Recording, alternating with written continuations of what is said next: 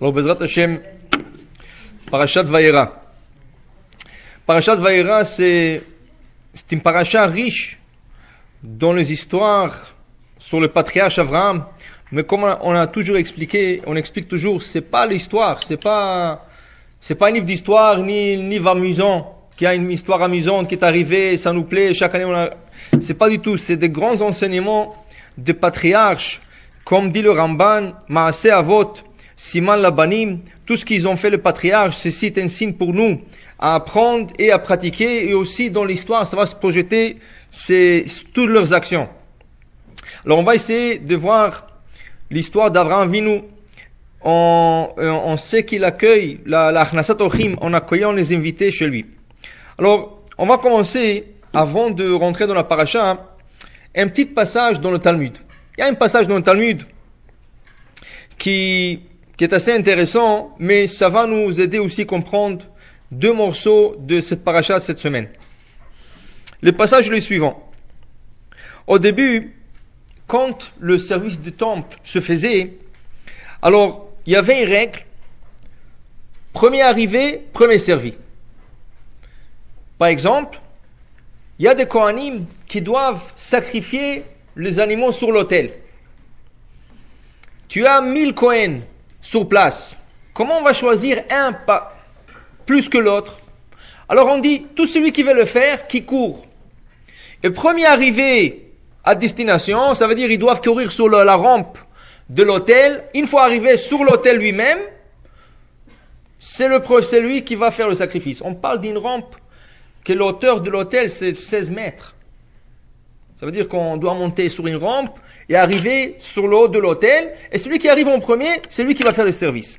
Regardez qu'est-ce qui arrive. Deux Kohen qui courent. Un dévance l'autre. Alors, première histoire dans le Talmud, celui qui a perdu, il s'est énervé, il a poussé celui qui est arrivé en premier, et malheureusement, il est tombé des 16 mètres, il a cassé son pied. Donc, c'est pas agréable, mais l'histoire a pas mal terminé. Plus que ça. Deux Kohanim, ils courent sur la rampe pour arriver au sommet de l'autel. Et celui qui arrive en premier, c'est celui qui va faire le service. Un, il a dévancé son ami. Qu'est-ce qu'il fait, celui qui est énervé d'avoir perdu la chance de sacrifier? Il sort un couteau et il va poignarder ça veut dire celui qui est arrivé en premier. Le père de ce garçon, ce Kohen, poignardé, il est là-bas. Il dit que la mort de son fils soit une expiation pour tout le Kohanim, mais comme son fils il n'est pas tout à fait mort, il respire encore, il va mourir dans quelques minutes ou quelques secondes, il faut sauver le couteau qu'il a en main.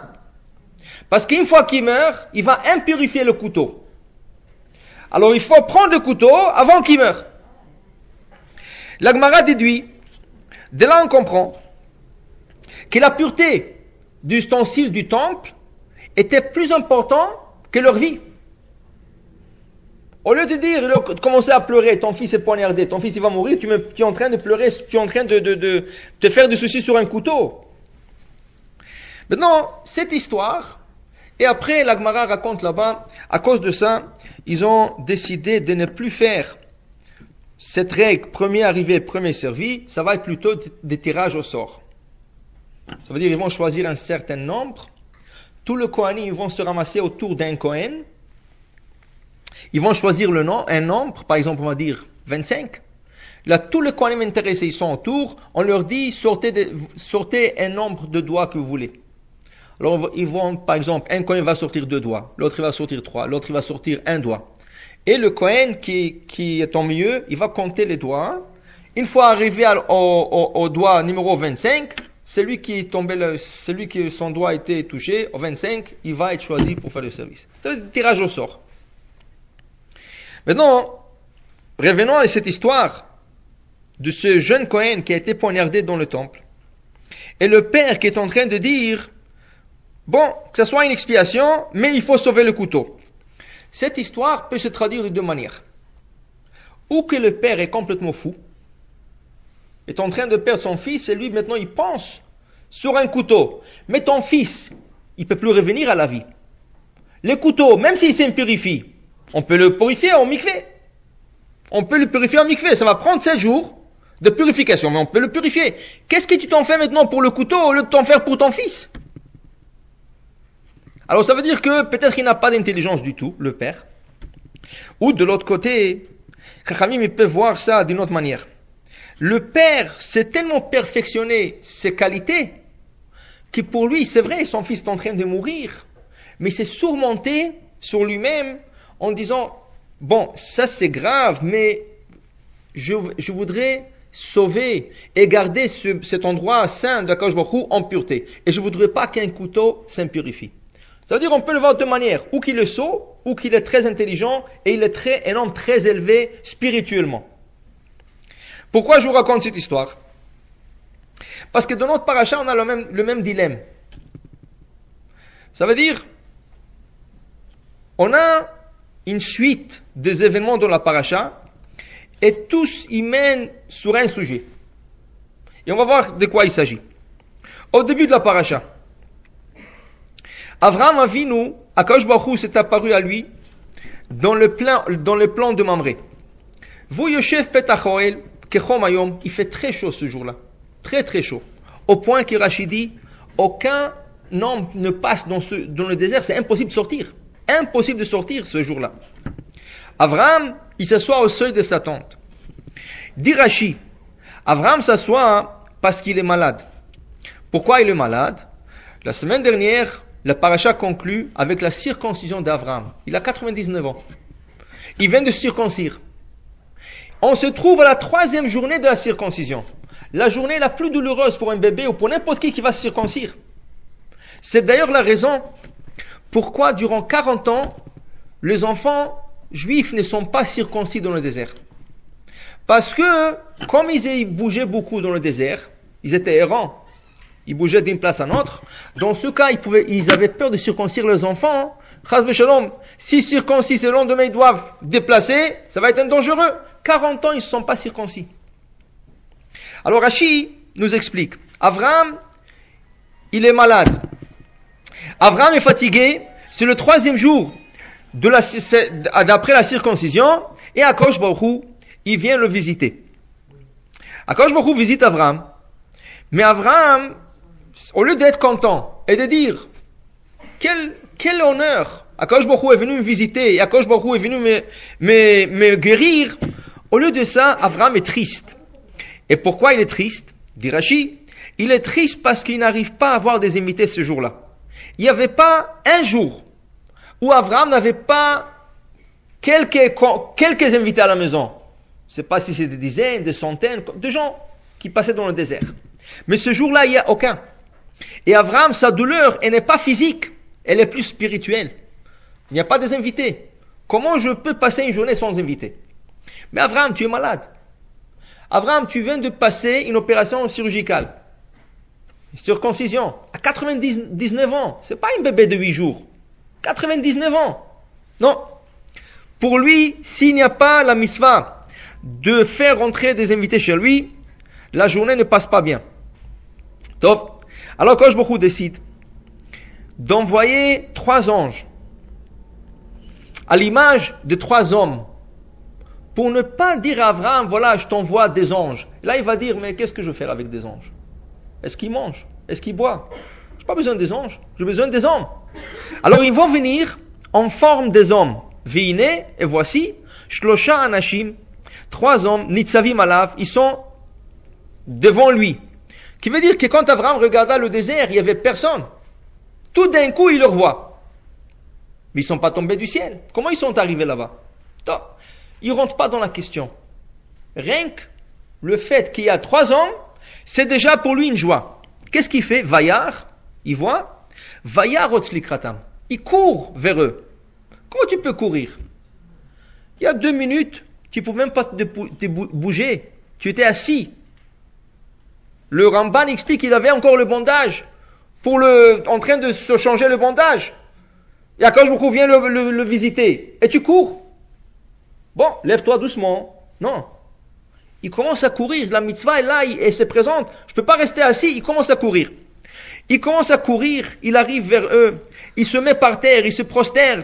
Il leur dit, s'il vous plaît, si je trouve grâce à vos yeux, vous ne passerez pas d'ici avant de rentrer chez moi. Vous êtes obligés de passer chez moi.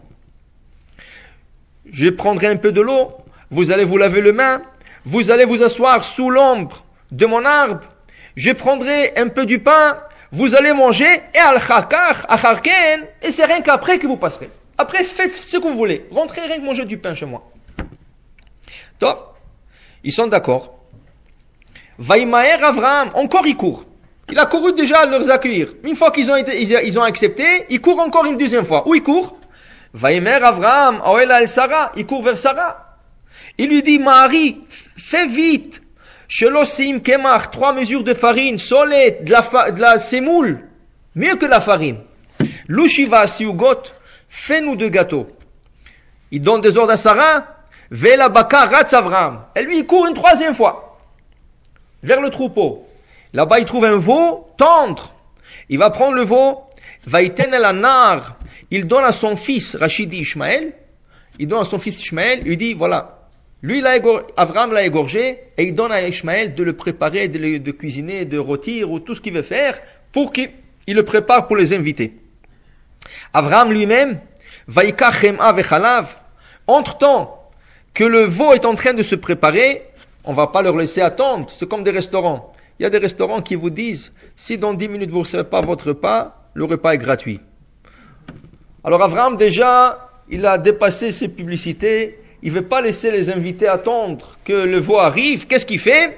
Déjà, il sert le lait et le beurre. Il dit, en attendant, lavez-vous le pied, buvez quelque chose, voilà le lait, voilà le beurre, le temps qu'Ishmaël prépare le veau. Voilà, tout est prêt, ils sont en train de manger, vous, Omed Aleem, il est là en train de leur surveiller. Vous allez manger. Et ils n'avaient pas le choix que de manger. Ils ont fait semblant qu'ils mangent. Rachid dit, comment ils peuvent manger? Mais ils n'ont pas d'estomac. Ils n'ont pas de... Comment ils veulent... Rachid dit, non. Ils ont fait semblant, mais une fois qu'ils ont fait rentrer le manger dans la bouche, le feu qui contient en eux a brûlé le manger. C'est des anges, c'est pas des hommes. Donc, maintenant que tu as fait tout ça, Avraham, pas de problème. Alors là, il y a 3 anges. Pourquoi 3? Rachid nous dit, il va annoncer à Sarah, écoute Sarah, tu vois ce mur, je veux le graffiner, il fait une gratinure sur le mur, il dit, ici, l'année prochaine, exactement, quand le soleil va frapper ce point, tu auras un garçon. Quel jour ils étaient chez lui? Le 15 Nissan, Pessah. L'année d'après, exactement, le jour de Pessah, Yitzhak est né. 1 an exact. L'autre, Raphaël, l'ange Raphaël qui est là-bas, il lui dit à Avraham, voilà, moi j'ai été envoyé pour te guérir. Et il guérit Avraham. 3e, Gabriel, lui, il est en mission d'aller détruire Sodome. Alors lui, il doit s'en aller, il doit aller Sodome. Pourquoi on n'a pas envoyé un ange faire toutes les 3 choses, annoncer Sarah, guérir Avraham et détruire Sodome? Rachid dit parce qu'il y a une règle, un ange n'a pas le droit de faire plus qu'une mission à la fois. Alors, une fois que un a annoncé la naissance d'Yitzhak, il doit partir, l'autre il va guérir, et le 3e il va aller détruire Sodome. Malgré qu'il y a une 4e mission dans la paracha, qui est la mission de sauver Lot. Et là, il n'y a pas une 4e ange qui descend. Dit Rashi, pas nécessaire. Raphaël, qui est venu guérir Avraham, il va aller sauver Lot. Mais tu viens de dire qu'un ange ne veut pas faire 2 missions. Un ange n'a pas le droit de faire 2 missions. Réponse, non. Quand il est envoyé du ciel, on ne va pas lui donner 2 missions à faire.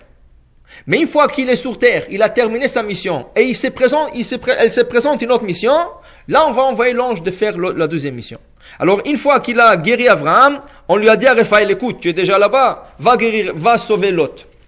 Ceci rappelle l'histoire qui s'est passée dans la ville de Brody. Dans la ville de Brody, il y avait un homme qui était mourant, mais malheureusement, il vient d'avoir un nouveau bébé. Alors la famille a décidé, comme ils étaient Ashkénazes, et les Ashkénazes ne donnent pas un nom à un bébé sur une personne vivante. Tant que la personne est vivante, ils ne donnent pas le nom. Le Séfarad, c'est le contraire. C'est de l'honneur. Si le bébé porte le nom du grand-père ou d'un des grands-parents ou sur un nom qui est, même s'il est vivant. Les Ashkénazes, non. Seulement s'il est décédé. S'il est vivant, on ne donne pas de nom. Alors, comme c'était des Ashkénazes, alors ils ne voulaient pas nommer le bébé sur le nom du père. Mais le père est encore vivant, mais il est mourant. Alors ils ont dit, on va repousser la brite jusqu'à ce que le père décède. Et une fois décédé, on va nommer le bébé sur le nom du père. Le Rav de la ville, qui est tout nouveau, qui vient d'être nommé dans la ville, il a objecté et dit non, on va faire la Brit Mila tout de suite. Il dit pourquoi? Ne demandez pas de questions, on va faire la Brit Mila tout de suite. Le lendemain, ils ont fait la Brit. Quelques heures après, le père a guéri. Tout le monde tout de suite ils ont associé, c'est le Rav qui a dû voir quelque chose, pourquoi il a insisté de faire la Brit avant que le père décède. Alors ils ont demandé au Rav, comment tu savais qu'il va guérir? Le Rav a répondu, vous savez, le père en vérité il était mourant. Et il a dû mourir. Il n'avait même pas du mérite d'assister à la bride de son fils. Mais, moi je savais une chose. On sait que dans une Brit Mila, il y a un ange qui vient. Eliyahu Hanavi. Eliyahu Hanavi ne peut pas venir pour 2 missions, comme la paracha le dit ici.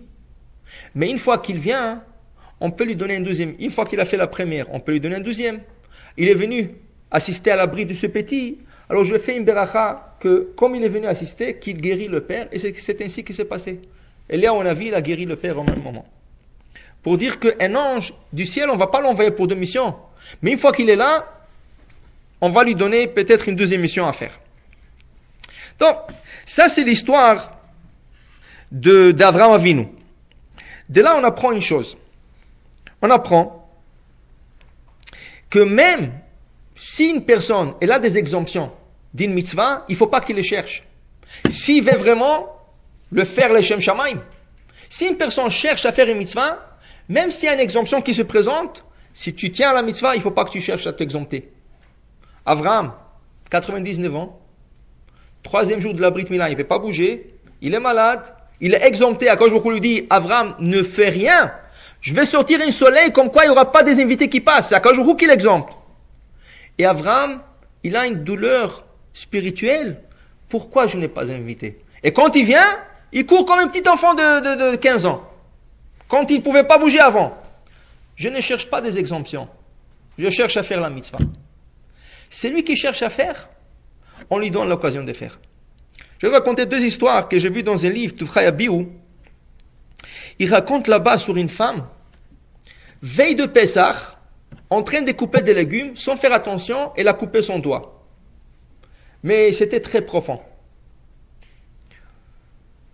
Le docteur, il lui a mis dans le bon âge et tout, ils lui ont dit, madame, avec ça, il n'y a pas de préparation pour Pessah. Donne-la à tes filles, donne-la à tes voisines, mais toi, tu ne peux pas travailler. Elle dit, comment? Je ne vais pas préparer pour Pessah. Est-ce que vous avez jamais vu une femme? Elle peut être aussi loin qu'elle peut être, mais pour Pessah, tu ne prépares pas pour la fête. Elle a commencé à prier à Akadosh Baruch Hu. Akadosh Baruch Hu, laisse-moi au moins guérir, rien que pour la période de la fête. Rien que pour la fête, que je puisse préparer. Après, ça ne me regarde pas, mais maintenant, rien que laisse-moi guérir. Le lendemain, elle voit que ça lui fait plus mal. Elle enlève le bandage, elle est complètement guérie. Elle n'a rien.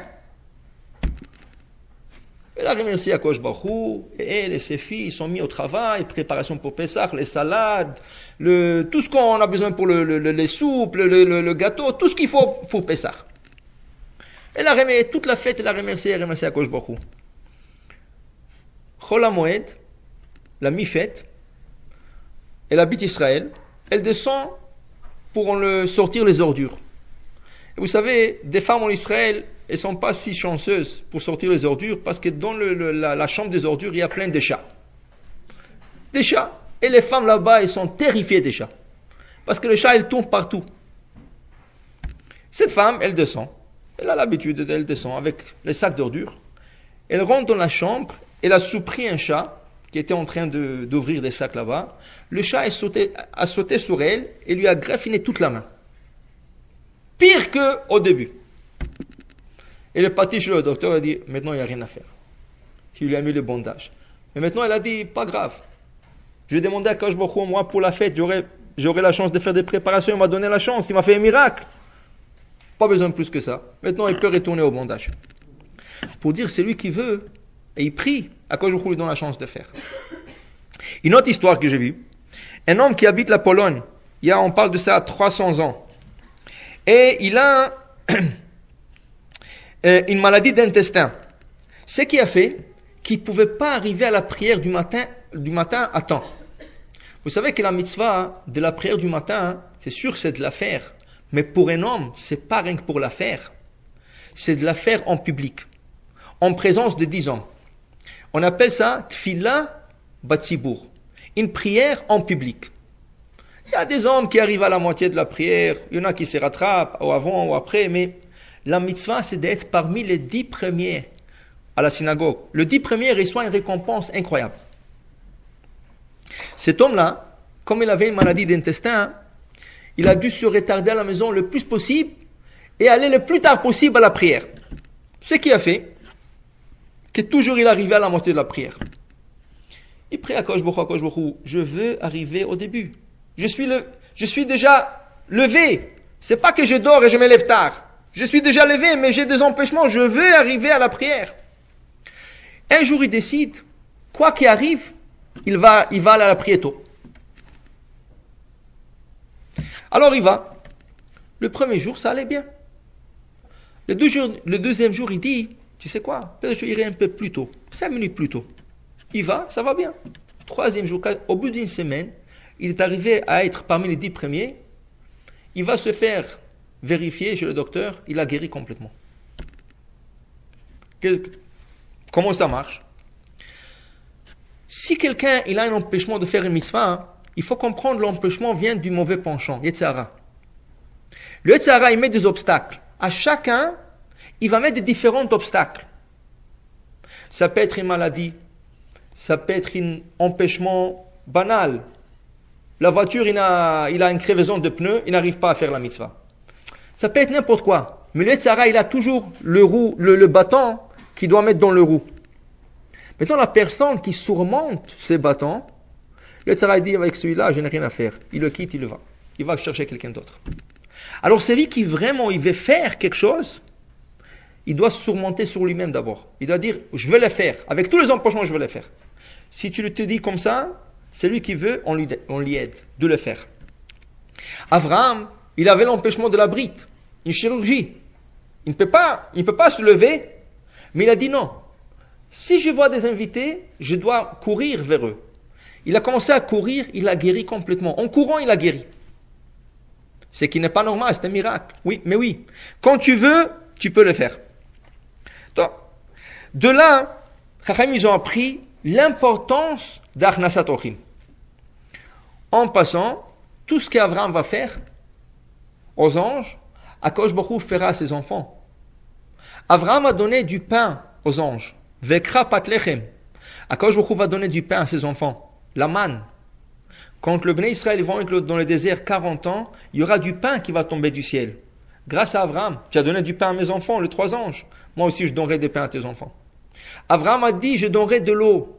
Tu as donné de l'eau à mes enfants. Moi aussi, je donnerai le puits de Myriam, qui va accompagner le peuple juif 40 ans dans le désert. Abraham, tu as donné le veau à mes enfants. Moi aussi, je donnerai la slave, ce oiseau gras qu'ils ont trouvé dans le désert. Quand ils se sont plaints, ils ont dit, on a envie de goûter la viande, malgré qu'ils avaient de grands troupeaux. Mais ils ont dit, on veut la viande. Il leur a donné la slave, ce oiseau. Tout ce qu'Abraham va faire pour Akadosh Baruch Hu, à les enfants d'Akadosh Baruch Hu, Akadosh Baruch Hu va payer à ses enfants. Mais on voit, Abraham est en train de nous enseigner comment il faut accueillir des invités. Ça veut dire il faut le faire avec bon cœur. Et tu donnes à tes invités tout ce que tu as. Abraham, quand on dit qu'il a donné du pain, c'est pas le pain qu'il a donné, il a donné son cœur. On raconte sur Rabbi Chia dans le Talmud que son heure est arrivée de quitter ce monde. Mais il était tellement saint que même l'ange de la mort n'arrivait pas à lui prendre l'âme. Alors la Gemara dit que l'ange de la mort, le Satan, il s'est déguisé à un mendiant. Il est venu taper sur sa porte. Il lui dit, écoutez, ça fait 2 jours que je n'ai pas mangé, donnez-moi un peu du pain. Il dit, 2 jours, tu n'as pas mangé. Il a couru dans la cuisine, il lui a sorti toute une miche de pain, il lui dit, ça c'est pour vous, vous avez besoin du poulet, quoi, qu'est-ce que je peux... Non, rien. Mais il lui dit, vous êtes tellement gentil, vous m'avez donné du pain, est-ce que vous pouvez me donner votre âme?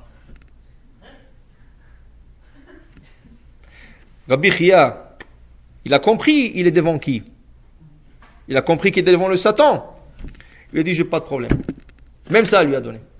Et c'est là qu'il lui a pris l'âme, et c'est comme ça qu'il est décédé. En faisant la mitzvah de nourrir un pauvre.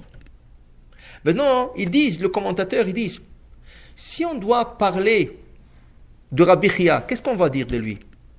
Ah, lui, donner du pain aux pauvres. C'est comme ça qu'on va dire de lui. Ce serait une honte de le dire. Quoi, est-ce qu'il manque de gens qui donnent de pain aux pauvres? C'est pas ça. Lui, il donnait son âme aux pauvres. C'est pas le pain qu'il donnait. Quand il donnait un morceau de pain, dans le morceau de pain, il y avait une partie de son âme qu'il donnait avec. Parce qu'il faisait ça vraiment avec un bon cœur. Et c'est ça Abraham. Qu'est-ce qu'on va dire? Abraham a dit, Ekra pat lechem, je prendrai un morceau de pain, une tranche de pâte. Ça veut dire une tranche de pain, je vous donnerai. Ça c'est Abraham Avinu, non. Abraham, regardez, il est en douleur, il n'arrive pas à le faire, ça veut dire il le fait avec tout cœur. Il se met l'âme dans la mitzvah. Et c'est comme ça qu'on doit faire les mitzvot, surtout la mitzvah de Achnasat Orchim. Maintenant, on va aller un peu plus dans la paracha. Et voilà, les anges quittent la maison d'Abraham. La Torah dit, Vayakumu misham anashim. Et les hommes se sont levés de là-bas. D'où? De la maison d'Abraham. Tout le monde se pose la question, pourquoi la Torah le dit? Bien sûr qu'ils sont dans la maison d'Abraham, ils vont quitter chez Abraham, ils vont aller à Sodome. Pourquoi Vayakumu misham? Ils sont levés de là-bas. Les anges ont retenu tout ce qu'Abraham y fait. Mais ils ont dit, une minute. On est là, avec Abraham, et on regarde un peu plus loin, pas beaucoup loin, un peu plus loin. Sodome n'est pas si loin d'Abraham. Abraham était juste en face de Sodome. Il regarde là-bas, mais là-bas c'est complètement le contraire. Sodome c'est complètement le contraire. Dans le statut de la loi de Sodome, il est interdit d'avoir des invités chez lui. Celui qui se fait attraper avec un invité, ils vont le tuer. Le Midrash raconte la tortue que les gens qui avaient des invités, ils ont passé. Ils leur mettaient sur un lit et ils commençaient à leur tirer le main et le pied jusqu'à qu'ils mouraient. Toutes sortes de... Dans la paracha, il y a une histoire d'une jeune fille qui nourrit un pauvre, et cette jeune fille, selon le Midrash, c'est la fille de Lot. Elle a trouvé un pauvre que personne ne voulait nourrir. Elle n'avait pas le droit de nourrir parce qu'elle peut mourir aussi, elle. Qu'est-ce qu'elle fait? Elle va puiser de l'eau avec 2 jarres. Et dans un de jarres, elle met du pain. Elle pose le jar, avec le deuxième jar, elle puise de l'eau, elle retourne chez elle, elle laisse le jar. Le pauvre regarde le jar, il trouve le pain. Il prend le pain, il se nourrit, il laisse le jar. Le lendemain, elle sort encore avec 2 jars. Dans un, il y a du pain, elle ramasse le premier jar qu'elle a laissé la veille, et lui laisse le jar avec le pain. Les gens de Sodome surveillaient les pauvres. Et ils attendaient leur mort. Et ils voyaient ce pauvre-là, il vit, c'est pas possible. Alors il y a quelqu'un qui s'occupe de lui. Ils ont surveillé, et ils ont trouvé que c'est la fille de l'autre qui est en train de le nourrir. Qu'est-ce qu'ils ont fait? Ils l'ont oint avec de l'huile, du miel, et ils l'ont laissé comme ça dans la nature, et sont venus plein des abeilles, ils l'ont piquée, elle est morte. Quand elle est morte, elle a crié. Dit Akadosh Baruch Hu dans la paracha, je descendrai et je verrai, est-ce que est-ce que ce cri est vrai? Est-ce que c'est vrai qu'à Sodome, ils sont en train de tuer des gens qui font du hesed, de la bonté avec des autres, qui sont en train de nourrir des pauvres? Est-ce que c'est vrai? Si c'est vrai, je vais détruire toute cette ville. Mais Akadosh Baruch Hu, est-ce que tu as besoin de descendre? Tu sais exactement qu'est-ce qui se passe. Non. Dit Rashi pour nous enseigner, on ne peut jamais se fier sur quelque chose qui nous a été dit. Ah, tu sais qu'est-ce qu'il a fait l'autre? Il a fait comme ça et comme ça. Même si ça peut être ta femme, ton mari qui te le dit. Tant que tu n'as pas vu, tu ne crois pas. Akadosh Baruch Hu, il le sait. Mais même s'il le sait, il dit Erdana, il faut que je descende voir. Tant que je ne suis pas descendu voir, je ne peux pas croire. Et voilà, c'est vrai, tout ce qui se passe, le gens de Sodome, ils sont en train de tuer des gens pour qu'ils ne rentrent pas chez eux. Le contraire d'Abraham. Et c'est pour ça que la Torah dit Vayakumu Misham, ils sont levés chez Abraham, ils voient tout ce qu'Abraham a fait, c'est l'autre extrême à Sodome. Mais là, à Sodome, il y a quelqu'un d'autre, il y a la famille d'Abraham, Lot, c'est le neveu d'Abraham.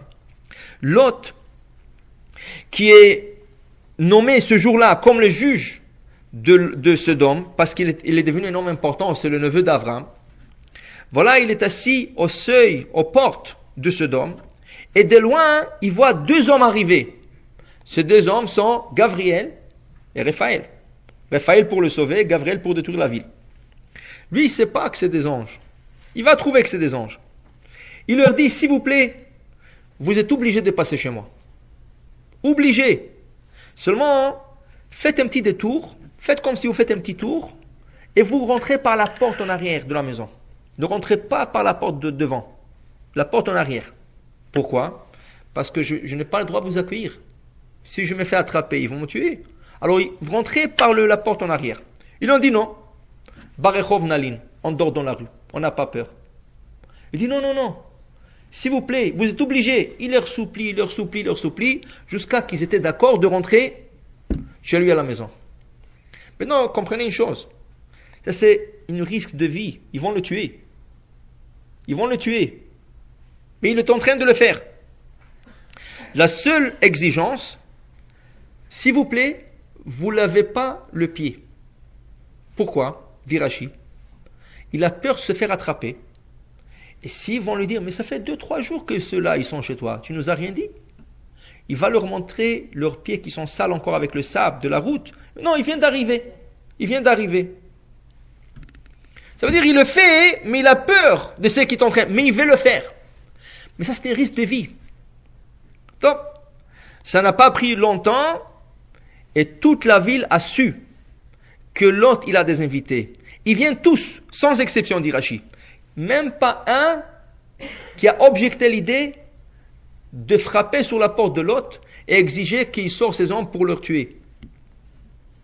Et l'autre, il ouvre la porte, il ferme la porte derrière lui, il leur dit, écoutez, ils sont venus chez moi, laissez-leur tranquille, j'ai 2 filles, elles sont vierges.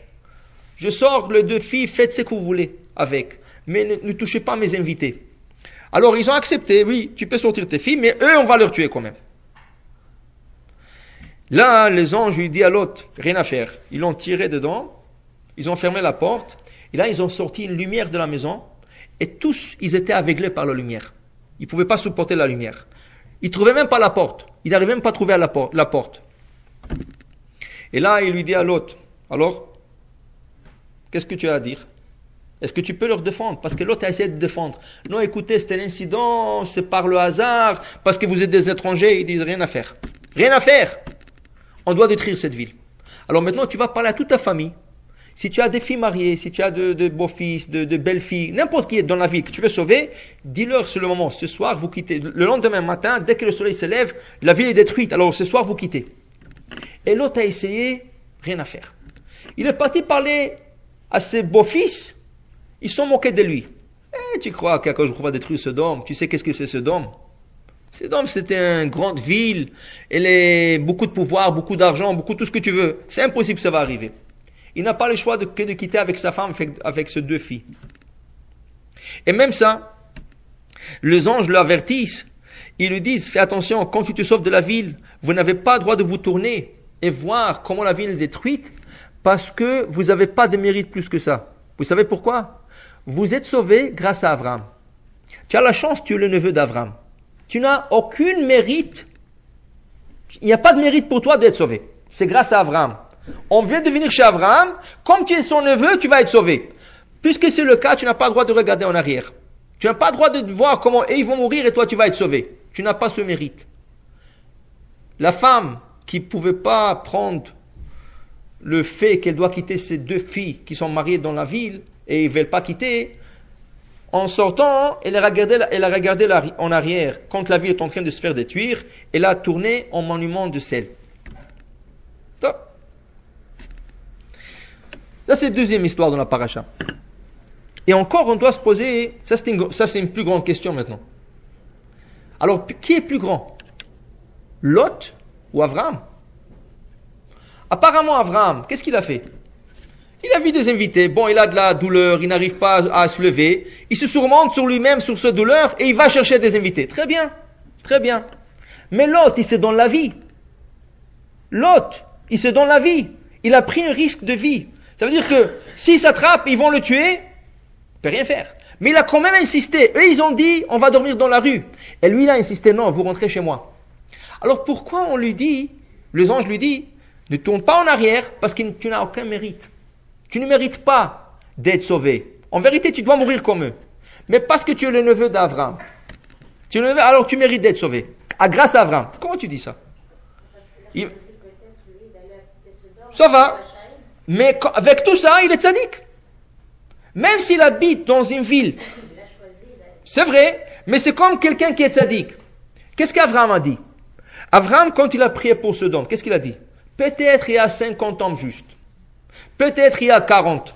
Peut-être il y a 30. Mais attention, si on trouve 50 ou 40 ou 30 ou 20 ou 10, on va sauver toute Sodome. Parce que pour 10 personnes, ça mérite de sauver toute une ville. Ça veut dire que si l'autre est tzaddik, il ne peut pas sauver toute la ville, mais il peut sauver au moins soi-même. Et non, on lui dit non, tu n'as pas de mérite. Pourquoi? Il a quand même fait plus qu'Abraham. Abraham il ne s'est pas risqué la vie. Abraham a surmonté ses douleurs, mais lui, il a risqué la vie. On dit, tu n'as pas de mérite. Pourquoi? Alors, en vérité, il faut voir que Lot, c'est comme ça que Khamim, ça veut dire, nous, on ne peut pas interpréter la manière qu'on veut la Torah. Ça prend de grandes jumelles. Par nos sages, eux, ils pénétraient, c'est comme des rayons X. Ils pénétraient l'histoire. Nous, tout ce qu'on voit, c'est superficiel. Qu'est-ce qu'on peut voir, nous? Nous, tout ce qu'on peut voir, c'est, si on nous demande, on aurait dit l'autre, c'est plus grand. Mais quand ils disent non, pas du tout. Pas du tout. Mais comment ils ont pu tirer cette leçon? Alors regardez. Quand les anges sont venus chez Abraham, qu'est-ce qu'il a fait Abraham? Il a commencé à courir vers les anges. Une fois ils étaient d'accord, il a couru vers Sarah. Il a impliqué sa femme dans la mitzvah. Une fois que Sarah est d'accord, oui, elle va faire le gâteau, il a couru au troupeau, il a impliqué son fils Ishmaël, lui il a égorgé, il a dit Ishmaël, tu prépares. Il s'est impliqué lui-même, en servant le beurre et le lait, il a impliqué tout le monde dans la mitzvah. L'éducation à la mitzvah. Tu dois impliquer toute ta famille. Tu ne la fais pas tout seul. C'est pour ça qu'ils disent qu'il faut faire très attention quand les femmes, elles font le ménage de Pessah. Ça c'est un exemple. Ça peut être n'importe quoi. Mais surtout, ils disent ça à Pessah. Quand les femmes font le ménage de Pessah, qu'elles ne se plaignent pas. Oh, que c'est dur, chaque année c'est la même chose, surtout si ça tombe Shabbat, comment je vais faire, je peux plus, je suis fatigué, je suis crevé, tout ça. Il faut jamais le dire.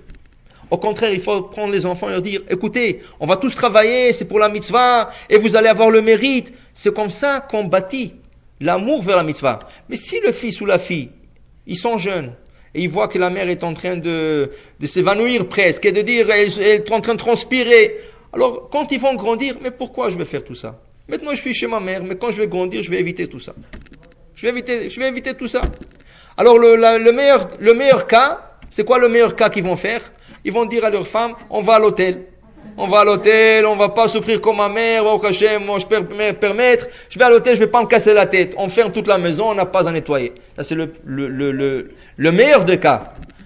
Le meilleur des cas. Mais chas shalom, il y en a qui font pire que ça. Ils veulent pas souffrir comme leurs parents ont souffert. Mais si on leur montre qu'on ne souffre pas, au contraire, on s'investit dans la mitzvah, là ça devient différent. Et ça peut être pour n'importe quoi. Abraham, il implique la famille. Il dit à tout le monde, on va faire, regardez, on a une journée qui c'est impossible d'avoir des invités, on va préparer. C'est comme ça qu'il a donné de l'importance à la mitzvah. L'autre, qu'est-ce qu'il fait? L'autre, dès qu'il a un problème, au début, il se risque la vie, c'est vrai. Il s'est risqué la vie. Ils allaient le tuer. Mais dès qu'il a un petit problème, il est prêt à risquer sa famille. Quand on lui dit sors les hommes, qu'est-ce qu'il dit? Ah, j'ai 2 filles vierges à la maison. Comment tu donnes tes filles? Tu veux donner tes filles pour un péché, pour sauver les invités. Qu'est-ce que tu enseignes à tes filles? Que c'est bien de faire des péchés. À la fin, qu'est-ce qui t'est arrivé? Quand ils sont sauvés, la mère est décédée, qu'est-ce qui est arrivé avec l'autre? Il se trouve dans une grotte, et malgré lui, il était avec ses 2 filles, et les 2 filles sont tombées enceintes de leur père. On lui dit, tu étais prêt à risquer tes filles, alors voilà, toi-même tu mangeras du même plat que tu as préparé. Alors, quelle éducation tu es en train de donner? C'est une fausse éducation. Alors, pourquoi il était prêt à risquer sa vie? C'est pas à cause qu'il tenait la mitzvah, c'est à cause que c'est comme ça qu'il a été éduqué. Qui veut dire, l'autre c'est comme, ils disent Khamim, c'est pas moi qui a dit Khamim, c'est comme un perroquet. Un perroquet, tu apprends, dis bonjour, il va dire bonjour, bonjour. Est-ce qu'on va dire, ce perroquet il parle? Pas du tout. Il est en train d'imiter de sang qui l'a entendu, il répète. L'autre, c'est pas qu'il tenait à l'Achnasat Ochim, c'est pas qu'il tenait à cette mitzvah. Tout ce qu'il a vu durant sa jeunesse, il a habité chez son oncle. Il a vu comment son oncle, il fait que ça toute la journée. Il n'avait pas le choix que de le faire, mais comme un perroquet. Alors il est prêt même à se risquer la vie. Mais est-ce qu'il le fait de la bonne manière? Pas du tout. Abraham implique la famille. Lui est en train de risquer sa famille pour cette mitzvah. Et de le faire à travers d'un péché, chas v'shalom même. C'est pour ça que Khamim, ils ont rejeté la manière que l'autre il a fait sa mitzvah. Maintenant, à la fin de la paracha, nous avons l'histoire de la Hakeda. Abraham qui doit prendre son fils et le ligoter et le mettre sur l'autel et le gorger. Là-bas encore, la même chose. Abraham est en train de nous enseigner qu'il y a des exemptions, mais tu ne prends pas la porte des secours. Tu vas jusqu'au bout. On t'a dit de faire quelque chose, même si tu peux t'exempter, tu ne t'exemptes pas. Tu vas le faire. Comment? Abraham, Akadosh Baruch Hu lui dit, tu prends ton fils unique, que tu aimes, Yitzhak, et tu vas le faire monter sur une des montagnes que je te montrerai. Quelle montagne? Il lui dit pas. Rien que va. Tu avances et je te dirai. 3 jours plus tard, il trouve une montagne, et il voit que sur la montagne, il y a comme un nuage attaché. Il a compris que c'est la montagne. Il prend son fils, et son fils lui dit, papa, où est-ce qu'on va? Il dit, pour faire un sacrifice. Il dit, mais non, pour un sacrifice, il faut un mouton. Il dit, oui, mais Hachem va nous montrer le mouton. S'il y aura un mouton, ça va, sinon c'est toi le mouton. Yitzhak, quel âge il a? 37. Il a 37 ans. C'est pas un petit enfant. Tu lui dis une chose comme ça. Aujourd'hui, si un père dirait ça à son fils, malheureux père. Mais Yitzhak, il va ilchu shneim yardav. Ils vont ensemble avec la même idée. S'il y a un mouton, ça va. S'il n'y a pas un mouton, Yitzhak, c'est le mouton. Pourquoi on appelle cette histoire Akedat Yitzhak? Le ligotement d'Yitzhak. On doit dire Akedat Avraham. C'est Avraham qui a fait l'action. C'est Avraham qui va égorger son fils. C'est pas son fils qui va se faire égorger, qui s'égorger lui-même. Pourquoi on associe cette histoire à Yitzhak? Akedat Yitzhak. Plutôt qu'Akedat Avraham. Parce que Yitzhak a demandé quelque chose à son père qui n'avait pas l'obligation de faire. Son père, il lui dit, tu vas te mettre sur l'autel, tu vas me donner ton cou, je vais t'égorger. Yitzhak lui dit, mais papa, si je bouge, si un animal, un taureau, un mouton, n'importe quoi, tu veux l'égorger, il bouge, et le couteau ne va pas lisse, c'est pas cachère. Alors Yitzhak, il dit à son père, papa, j'ai peur. Peut-être je bouge de la peur, et là tu vas m'égorger, et ça va pas sortir bien, alors on a arrêté le coup.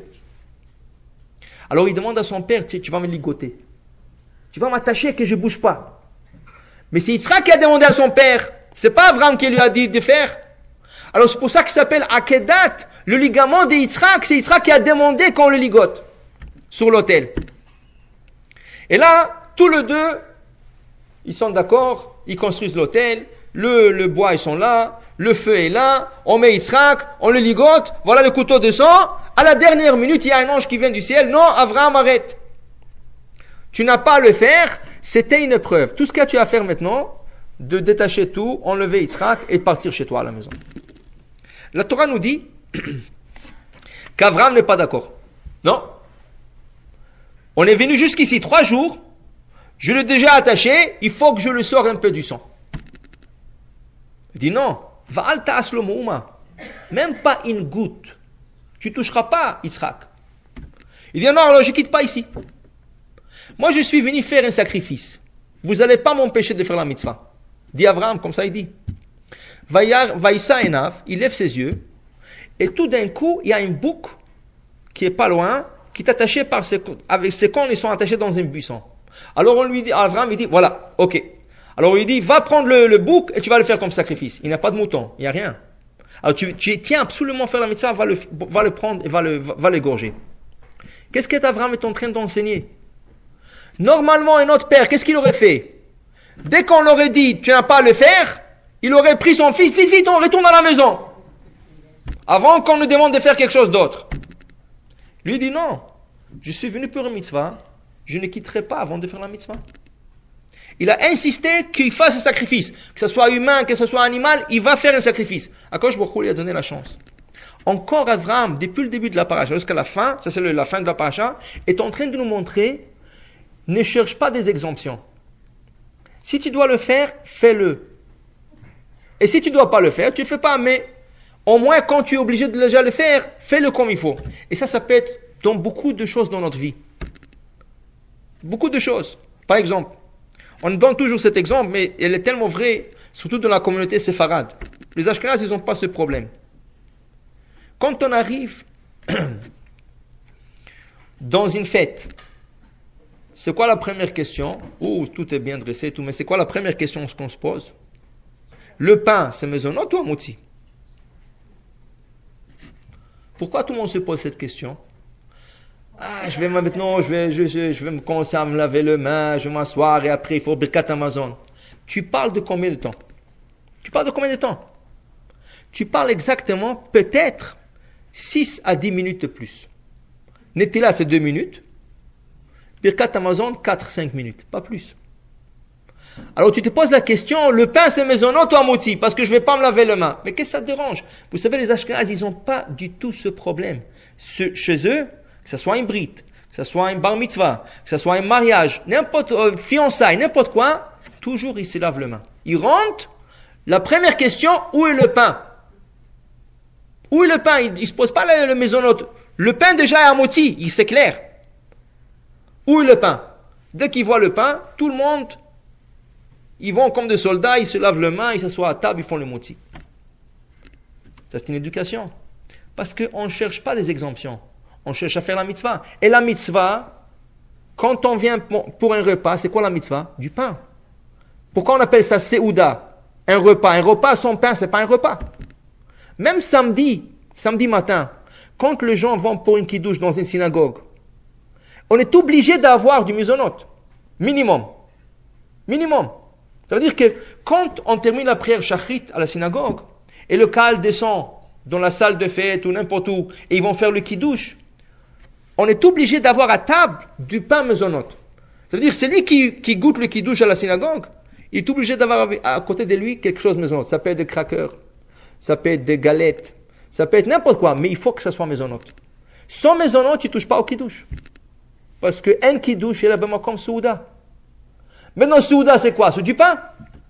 C'est pour ça que le Gaon Mevina, Rabbi Eliyahu de Vilna, il ne mangeait jamais dans un kiddush qui n'avait pas de pain.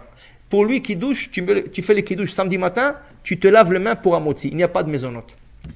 Les autres décisionnaires, ils ont dit, bon, le mezonot, c'est comme du pain. Alors, c'est le minimum. Non, tu peux le faire. La coutume est que les gens le font. Mais pour vous dire qu'un repas, un vrai repas, c'est du pain. C'est pas du mezonot. Mezonot, vraiment, c'est des ports de secours, vraiment, mais celui qui peut faire avec du pain, il doit le faire avec du pain. Alors ça, c'est une chose. Autre chose. Samedi soir et vendredi soir. Tout le monde sont fatigués, mais tout le monde aussi sont affamés. Alors ils mangent tout le repas et tout ça. Il y a beaucoup de gens. Quand ils commencent le repas de vendredi soir, ils mangent le petit bout de la challah, ils mangent le poisson, ils mangent un peu de salade, ils mangent tout. À la fin, ils se posent la question, mais est-ce que j'ai mangé kazaït? peut-être je vais pas manger 30 grammes du pain. Mais si tu n'as pas mangé 30 grammes du pain le vendredi soir, tu ne peux pas faire Birkat Amazon. C'est le Rav Ben Ishraï, tu ne peux rien faire. Même pas Boré Nefashot, tu ne peux rien faire. Tu as mangé du pain. Si tu as mangé 30 grammes ou 60 grammes, tu fais Birkat Amazon. Si tu n'as pas mangé 30 grammes minimum, tu fais rien. Alors il y en a qui vont te dire, alors tant mieux. J'ai mangé du poisson, j'ai mangé du poulet, j'ai mangé les salades de ma mère, j'ai mangé des gâteaux, le dessert, tout ce que tu veux, et je n'ai rien à faire de 4 Amazon, je sauve 4 ou 5 minutes, c'est bon. Mais quelqu'un d'autre qui cherche à s'obliger dans la mitzvah, qu'est-ce qu'il va dire? Ah non, mais qu'est-ce qu'il faut que je fasse maintenant? On va lui dire, alors maintenant tu n'es pas sûr, tu manges 30 grammes maintenant. Mais j'ai mangé déjà le dessert, tu veux manger? Oui, tu cherches à t'obliger. Mange maintenant, comme tu as mangé le dessert, prends ce pain que tu vas manger maintenant comme le ton de dessert. Parce que tu le manges pour faire la mitzvah. Alors pour ne pas arriver à ça, la première chose, le vendredi soir, avant de commencer le repas de Shabbat, mangez le premier 30 grammes du pain. C'est rien qu'après, si vous avez la force de manger le poisson et le poulet, vous le mangez. Si vous n'avez pas la force, au moins vous avez fait la souda de Shabbat. La souda de Shabbat sans pain, c'est pas une souda. Mais les gens veulent tout goûter sauf l'essentiel. Et après, ils s'exemptent, c'est pas grave. On m'a dit que je suis pas obligé. Oui, tu n'es pas obligé. Si tu demandes la question, tu n'es pas obligé. Si tu n'as pas mangé 30 grammes, tu fais pas Birkat Amazon, tu fais aucune bracha. Mais tu cherches des exemptions. Et Abraham vient de t'entraîner de enseigner, non. Qu'est-ce que je peux faire pour Akadosh Baruch Hu? Comment je peux m'obliger à faire une mitzvah? Pas me sauver. Comme ils disent en hébreu en Israël. Ve'achalta, ve'savata, ou berachta, ve'lo ve'barachta. Tu mangeras, tu traceras et tu ne sauveras pas, tu vas bénir, tu vas t'asseoir bénir, pas te sauver. Là, c'est des petits exemples, mais on peut avoir plein d'exemples comme ça. Toujours on cherche, est-ce que je suis obligé de le faire ou non? Mais au lieu de chercher ça, Abraham est en train de dire non, je cherche à m'obliger de faire. Comment je peux faire une mitzvah? Comment je peux faire une mitzvah? Vous savez que le Maïmonide, il dit, dans son commentaire sur le Mishnayot, le Maïmonide, il dit, ça prend une mitzvah pour arriver au Lamaba. Pas plus. Pourquoi quand je a donné 613 mitzvot? Et au Goïm, il a donné que 7. S'il nous aime, il nous dit toujours dans le prophète, je vous aime, vous êtes mes enfants, vous êtes les seuls enfants. Alors qu'est-ce que tu es parti chercher 613 mitzvot? Au Goïm, tu as donné 7, il fallait changer? Dans leur 613, laisse-nous avec 7. Dis-le, mamie, non, c'est pas du tout, c'est pas comme ça qu'il faut voir les choses. Il nous a donné 613. Parce que parmi les 613, il se peut que tu fais une, avec elle, c'est le billet gagnant dans la mapa. Tandis que si tu as 7, tu as moins de chance. Avec 613, tu as plus de billets. Alors tu peux avoir une mitzvah. Et ça prend pas les 613, ça prend une seule mitzvah pour arriver au lamaba. Et tu sais jamais comment cette mitzvah peut se présenter. Tu sais jamais. Tu as fait de la mitzvah, tzedaka avec un pauvre, tu as fait gminut chesed, tu peux jamais savoir. Alors, c'est pour notre bien. Alors, c'est ça qu'Abraham est en train de nous enseigner. Et regardez, tout ça, toute la paracha qui parle de chesed, le achnasat ochim, s'obliger dans le mitzvot, conclut avec une haftara, avec un passage de prophète, une femme, que voilà, elle voit qu'il y a un homme qui vient dans leur ville, et c'est un étranger, mais elle dit à son mari, écoute, je vois cet homme, il doit être un saint. Je le vois qu'il est saint. La Gemara dit, de là on voit que la femme, elle a l'œil plus aiguisé sur ses invités, et peut savoir plus sur l'homme que son homme à elle. Et là elle a dit, je crois qu'il est un homme saint. Elle lui a demandé, écoutez, chaque fois que vous passez ici dans la ville, vous passez chez nous à la maison. Elle a demandé à son mari que le 2e étage de leur maison lui soit donné au complet. Ils ont fait comme un grenier. Dedans, ils ont posé une table, une chaise, un lit. Il lui a dit, chaque fois que tu viens en ville, c'est ta maison. Tu rentres là-bas. Achnasat ochim. C'est recevoir. Elle ne connaît même pas cet homme. Et la Gemara dit, comment il savait qu'il est saint? Comment il savait? Parce qu'une fois, il a mangé chez eux. Elle n'a même pas vu une seule mouche tourner autour de lui. Et à l'époque, il y avait beaucoup de mouches. Elle a dit, si les mouches ne s'approchent pas à lui, c'est un homme saint. Alors, elle a demandé qu'on lui donne ce grenier pour lui. Et là, il a demandé à son serviteur, Gehazi, il dit, demande-la est-ce qu'elle a besoin de quelque chose? Est-ce qu'elle a besoin de cette femme qu'on lui fait un service? Il dit, la pauvre, elle est vieille, il n'a jamais eu d'enfant. Il dit, ok, alors on va lui donner un bracha. Il dit, vous rigolez de moi ou quoi? Vous savez quel âge j'ai déjà? Je ne sais pas, quand il avait 60 ans, combien il avait déjà? Il dit, écoute, dans la paracha, Sarah Imenu, quel âge elle avait? 90. Tu es encore jeune. C'est pas un problème. Il lui a donné une bracha, et elle a eu un enfant. Elle a eu un enfant. Ça veut dire que c'est toujours que la Haftara vient en connexion avec la paracha. Mais deux choses cette fois. La Achnasat Orchim et le fait qu'elle a eu le garçon comme Sarah Imenu aura Yitzhak dans la paracha. Mais là, malheureusement, il y a un incident qui arrive, ce garçon va mourir. Elle a dit non. S'il m'a donné une bracha, ça ne peut pas être qu'il va perdre son enfant. Alors il est responsable de sa bracha. Elle est retournée chez lui, il lui dit, regarde qu'est-ce qui est arrivé. Il lui a fait la résurrection des morts pour son fils. Il lui a réveillé son fils. Pourquoi? Il a dit, tu as donné une bracha, il faut que la bracha... Et pourquoi tout ça? Pourquoi tout ça? Chaim dit, c'est pas à cause qu'il a fait Achnasat Orchim. Le Malbim, il dit, c'est pas à cause. Parce qu'elle tenait à sa parole. Il lui a dit quelque chose, tu as dit quelque chose, et je sais que tu es un homme saint, ça doit s'accomplir. Ça peut pas, il n'y aura pas de faille. Alors ça veut dire que quand on fait une mitzvah, qu'est-ce qu'on a? On a la promesse d'Akadosh Baruch Hu, la bracha d'Akadosh Baruch Hu. Et quand Akadosh Baruch Hu promet, c'est quelque chose qui est obligé de s'accomplir. Pas aujourd'hui, demain, dans un mois, dans un an, dans 2 ans, mais c'est quelque chose qui est obligé de venir et s'accomplir. Pour dire que il faut courir vers la mitzvot, il ne faut pas courir de mitzvot, il faut courir envers eux et les accomplir. Et c'est ça qu'Abraham est en train de nous montrer avec toutes les exemptions qu'il avait ce jour-là. Il a cherché de faire la Achnasat Orchim qui tenait, et grâce à ça, il a eu des promesses.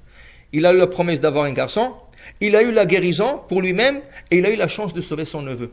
Parce que le 3e ange est parti sauver son neveu. Toute cette bénédiction, à cause qu'il a tenu une mitzvah, c'était difficile.